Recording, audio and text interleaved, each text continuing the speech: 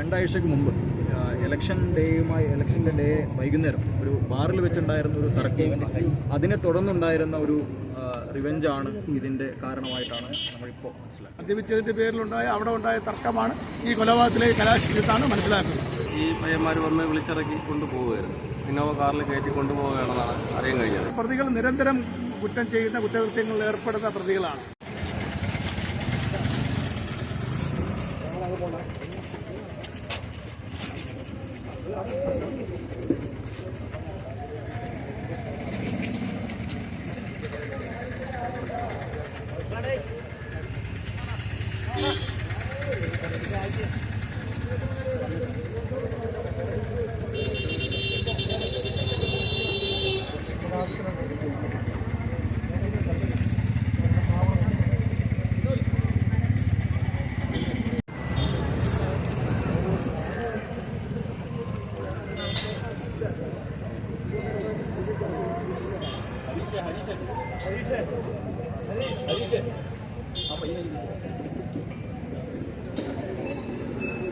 വണ്ടി ഓടിക്കുന്നു.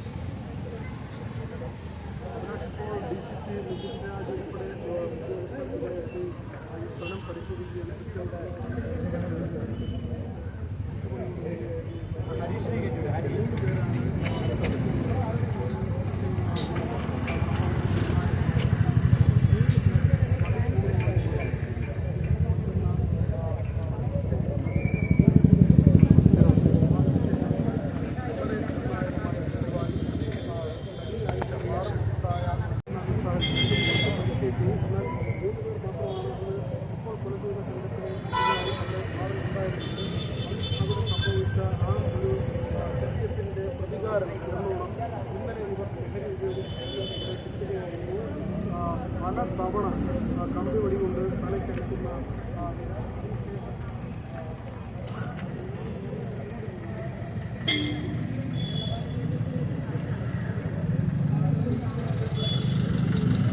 വിവരം അതെല്ലാം കിട്ടിയിട്ടുണ്ടോ?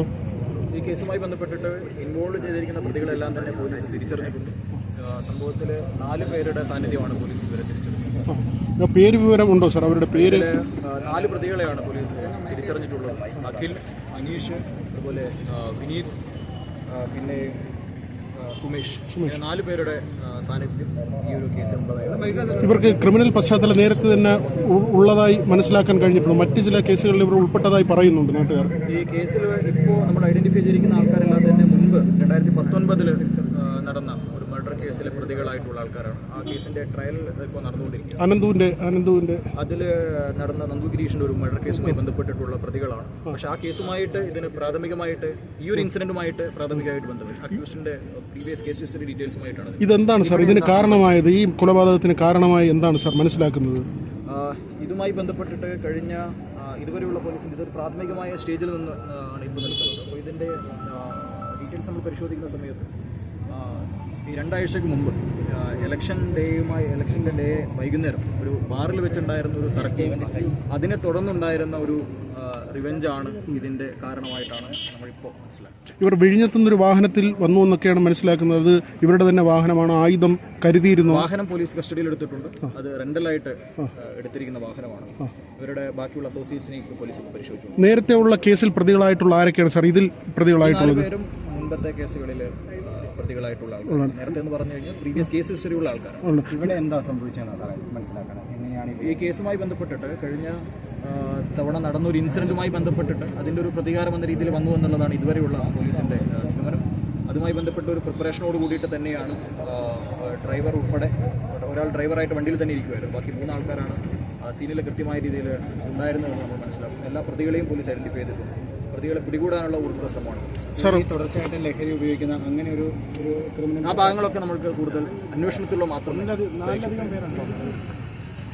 ഈ സ്പോട്ടിൽ ഉള്ള ആൾക്കാരെ കൂടാതെ ഇതിന് പിന്നിൽ എന്തെങ്കിലും ഗൂഢാലോചനകളുണ്ടോ ഏതെങ്കിലും കൂടുതലായിട്ടുള്ള ആൾക്കാരുടെ പങ്ക് ഇതിലുണ്ടോ എന്നുള്ള കാര്യങ്ങളൊക്കെ പോലീസ് പരിശോധിക്കും. സാർ, ഈ വാഹനം ഉണ്ടോ സാറേ കസ്റ്റഡിയിൽ? വാഹനം കസ്റ്റഡി അല്ല, പ്രതികൾ ആരെങ്കിലും കസ്റ്റഡിയിലായിട്ടുണ്ട്? ഇല്ല, നമ്മൾ ആ പ്രതികളുടെ അസോസിയേഷൻ പരിശോധിച്ചുകൊണ്ടിരിക്കുകയാണ്. പ്രതികളെ പിടികൂടുന്നതിന് ആവശ്യമായിട്ടുള്ള ഊർജിതമായ ശ്രമങ്ങൾ ACP പോർട്ടലിൻ്റെ ഭാഗത്തു നിന്ന് ഒരു ടീം തന്നെ ഇതിൻ്റെ പുറകിൽ അന്വേഷണം. സാർ, ഇവർ വാഹനം അങ്ങോട്ട് മാറ്റി നിർത്തിയെന്നാണ് മനസ്സിലാക്കുന്നത്. അങ്ങനെയാണെങ്കിൽ ഈ മരിച്ച യുവാവിനെ അവിടേക്ക് വിളിച്ചുകൊണ്ട് പോവുകയായിരുന്നു. അങ്ങനെ അല്ല, അതുമായി ബന്ധപ്പെട്ടിട്ട് ഈ ഒരു സ്റ്റേജിൽ എനിക്ക് കമൻറ്റ് ചെയ്യാൻ വേണ്ടി കഴിയില്ല. അത് അന്വേഷണാവസ്ഥയിലിരിക്കുന്ന ഒരു കാര്യമാണ്.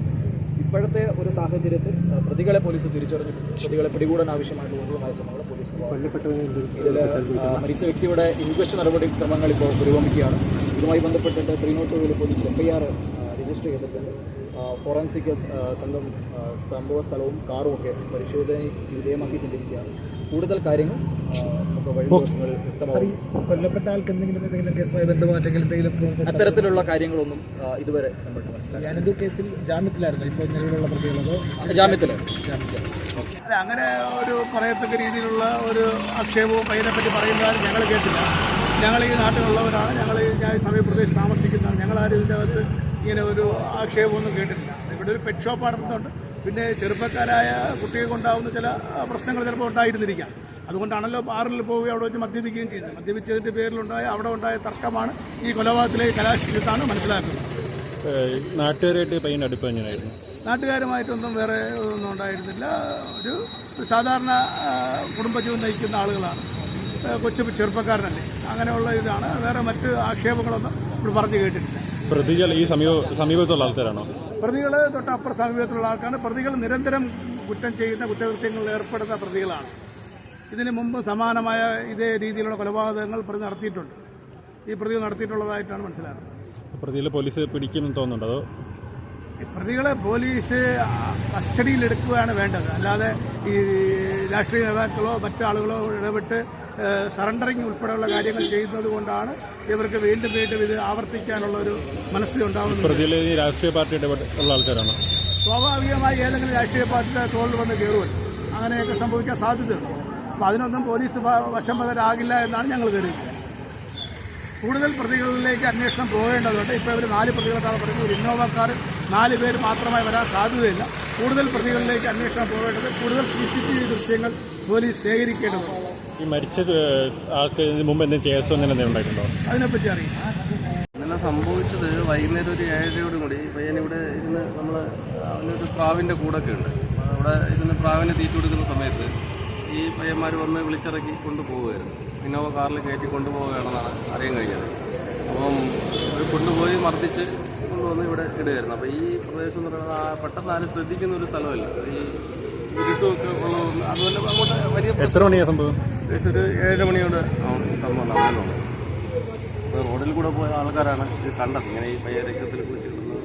അപ്പോൾ ചെറിയൊരു ഞരക്കം മാത്രമേ ഉണ്ടായിരുന്നു. ഹോസ്പിറ്റലിൽ കൊണ്ടുപോകുന്ന വഴിക്കാണ് അന്ന് സംഭവിച്ചത്. ഇവരെ ബാറിൽ വെച്ച് നേരത്തെ എന്തോ ഒരു സംഘർഷം ഉണ്ടായി. ഇവർ തമ്മിൽ ഇവനായിട്ടല്ല, ഇവൻ്റെ കൂടെയുള്ള പയ്യന്മാരുമായിട്ട്. ഇവർ മദ്യപിക്കുക അങ്ങനെയുള്ളതല്ല, ഇവർ വെറുതെ കൂടെ പോയതാണ്, കൂട്ടുകാരുടെ കൂടെ പോയതാണ്.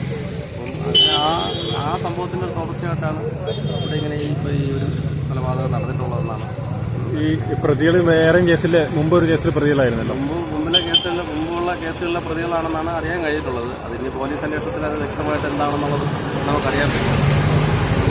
പ്രതികളെ ഉടൻ തന്നെ പോലീസ് അറസ്റ്റ് ചെയ്യുമെന്നാണ് നമ്മളെ വിശ്വാസം.